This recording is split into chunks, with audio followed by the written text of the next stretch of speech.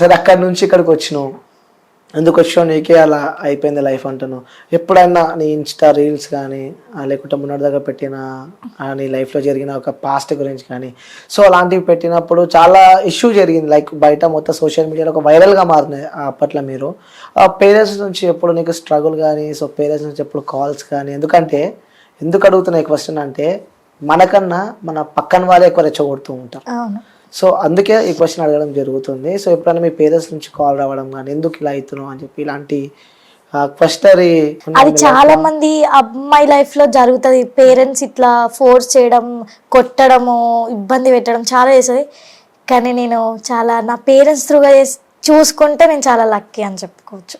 నా పేరెంట్స్ ఇప్పటి వరకు నన్ను ఒక్క మాట జరిగినాక కూడా ఏమనలే. కొన్ని ఇక అంటారు నార్మల్ గా, కానీ నన్ను ఏమంత ఇబ్బంది అయితే పెట్టలే.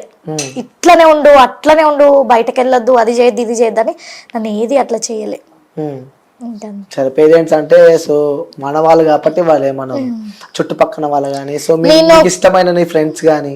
నా ఫ్రెండ్స్ వరకు అయితే నేను ఎప్పుడు ఆ మాట అయితే వినలేదు. ఎప్పుడో నా ఫ్రెండ్స్ అంటుండే, రీసెంట్ గా నా ఫ్రెండ్ ఒకది మ్యారేజ్ అయింది, నా ఫ్రెండ్ది. వెళ్ళినప్పుడు అందరం కలిసినాం 10th క్లాస్ వాళ్ళు అందరం. లైక్ అప్పటికి మాకు గొడవలు అయినవి. అప్పుడు మమ్మీ వాళ్ళ ఇంట్లోనే ఉన్నాం. అన్నారు ఎందుకు వేస్ట్గా పెళ్లి చేసుకుని తొందరగా లైఫ్ నావైతే ఇప్పుడైతే ఫైన్ అని అట్లా విన్నా. కానీ మన గురించి మన ఇంట్లో వాళ్ళు అనుకునే దానికంటే ఇంటి పక్కన వాళ్ళు, చుట్టుపక్కన వాళ్ళు, రిలేటివ్స్ వీళ్ళు అన్న మాటలే ఎక్కువ ఉంటాయి. కానీ ఒకటే చెప్తాను, మా అమ్మ అస్సలు పట్టించుకోదు ఆ మాటలు. నిజం చెప్తున్నా, నేను అసలే పట్టించుకోను.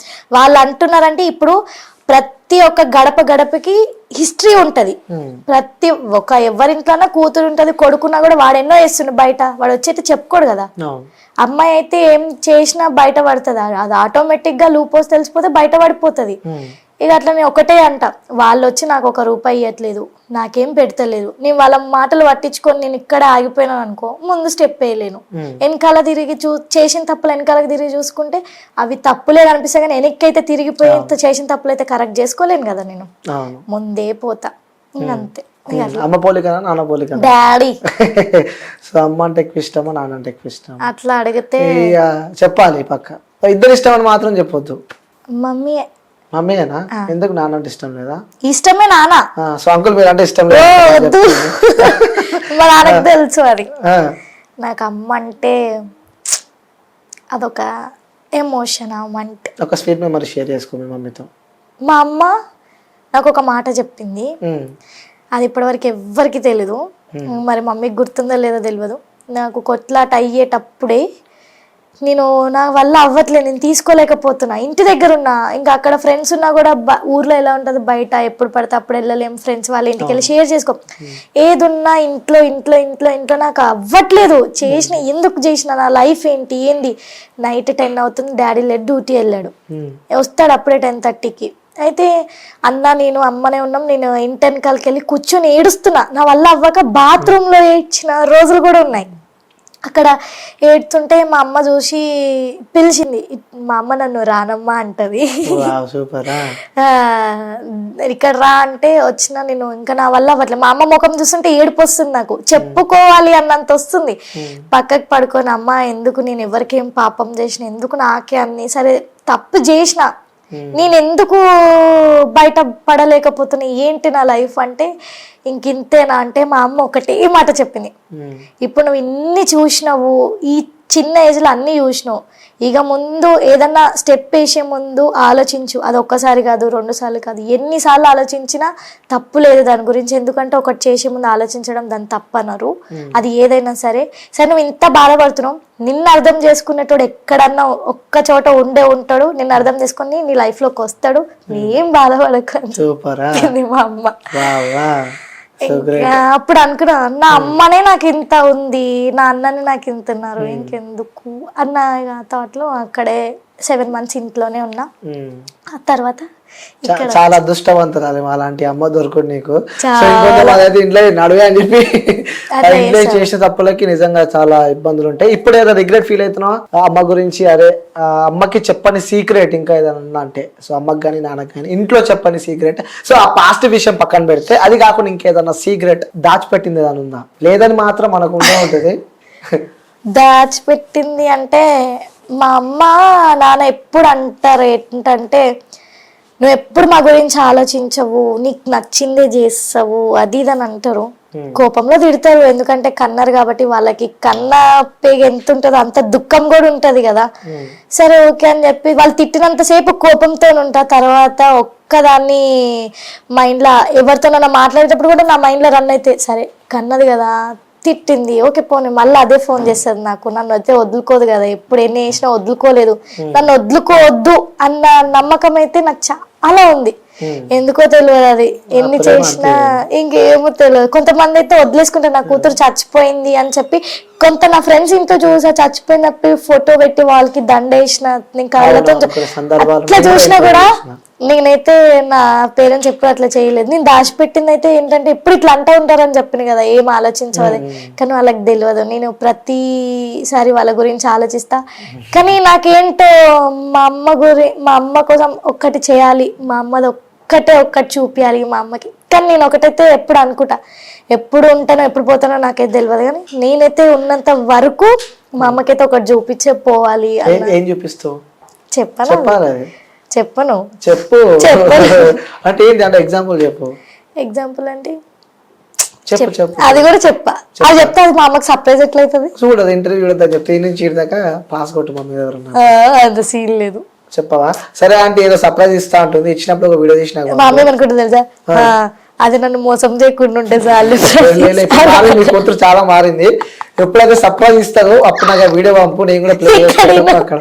ఇందాక కూడా మా అమ్మ ఇందాక నా ఎప్పుడు ఈ రీసెంట్ గానే నేను అన్ని నన్ను చెప్తే మా అమ్మకి ప్రతి ఒక్కటి షేర్ చేసుకుంటా. ఒకటి ఏంటంటే నాకు అర్థం కాదు, బాయ్స్ లా లవ్ లో ఉన్నప్పుడు ఒక అమ్మాయి ఒక అబ్బాయి రిలేషన్ లో ఉన్నప్పుడు ఎట్లుంటారంటే, ఆ అమ్మాయి చెప్తుంది ఏదైనా పని చేసుకో, మనము ఫ్యూచర్ లో సెట్ అవ్వాలి అని చెప్తే వాడు వినడు.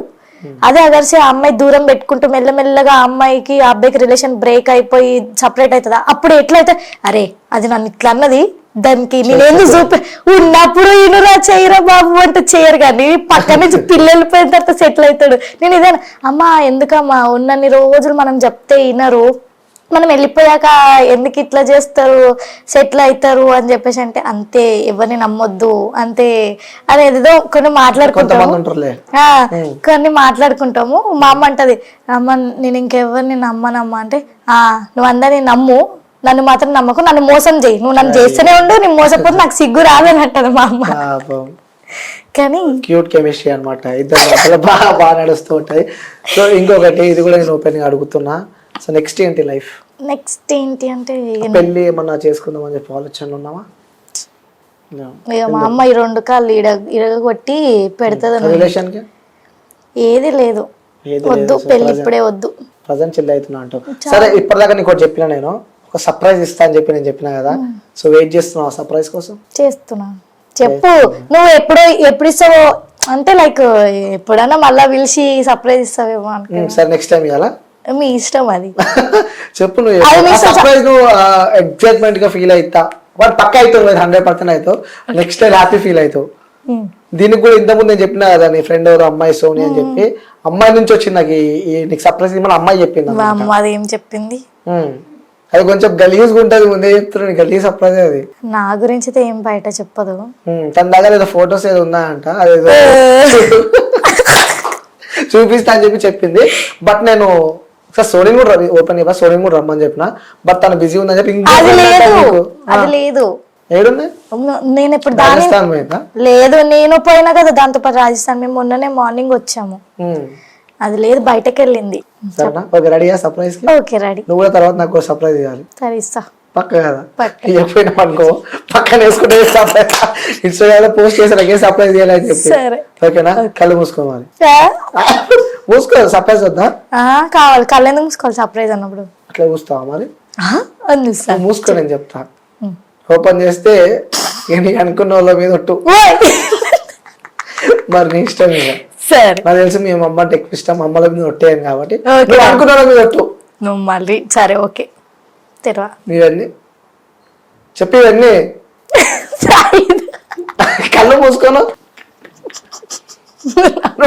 మళ్ళీ తెలుస్తున్నావు నువ్వు. తెలియద్దు, కళ్ళు మూసుకో. ముందే చెప్తున్నా సర్ప్రైజ్ మొత్తం మిస్ అవుతావు. ఓకేనా? రెడీ నువ్వు కళ్ళు మూసుకునే ఏం ఎక్స్పెక్ట్ చేస్తున్నావు? ఏ సర్ప్రైజ్ గిఫ్ట్ ఇస్తా అనుకుంటున్నావు నువ్వు? నువ్వు చెప్పు, బిర్యానీ తెస్తున్నా అన్నావు ఇందాక. అది బిర్యానీ సర్ప్రైజ్ కాదు. సో నిజంగా చెప్తున్నా, ఈ సర్ప్రైజ్ ని చూస్తే సో వాళ్ళకి చాలా కావాల్సిన వ్యక్తులు, నువ్వేమో ప్లాన్ చేసినావు నిన్న. లో ఉన్న టైంలో కూడా నీకు సపోర్ట్ చేసిన వ్యక్తులు, నీకు ఎంతో ఇష్టమైన నీ ఫ్రెండ్స్ కాదు, ఒక ఫాలోవర్ అన్నమాట. నీకు ఫాలోవర్ నేను పిలిపిస్తా. రెడీయా? కళ్ళు మూసుకో. ఓకే రెడీయా? చెప్పు. సరే గుర్తుపట్టు. వాళ్ళైతే నీ ఫాలోవర్. నువ్వు నా ఫాలోవర్ తీసుకొచ్చి నా కళ్ళు ముప్పిస్తే వీళ్ళు ఏమనుకుంటారు చూసేటోళ్ళు? అబ్బాయి ఫాలోవర్ ఎవరు చెప్పు. ఆ చేయబట్టి గుర్తుపట్టు. ఎట్లా బయట ఉండే ముందు నుంచి నెంబర్ నువ్వే ఇచ్చింది నాకు. సరే ఇప్పుడు నీ గురించి సీక్రెట్స్ ఇప్పుడు అది నాకు తెలియకుండా ఏమి చేయదు అట్లాంటిది. నీ గురించి సీక్రెట్స్ అన్ని ప్రతి ఒక్కటి నాకు ఈరోజు చెప్పడానికి ఎక్స్పెక్ట్ చేసినావా? ఏడుంది రాజస్థాన్ నుంచి పట్టుకొచ్చినావు. నేను ఇద్దరం వచ్చింది రాజస్థాన్ నుంచి. నమ్మినావా ఎప్పటికైనా నేను చెప్పినావాన్ని? సోనియే చెప్పింది నాకు. నమ్మవా? వాట్సాప్ ఓపెన్ చేసి చూపియాలా?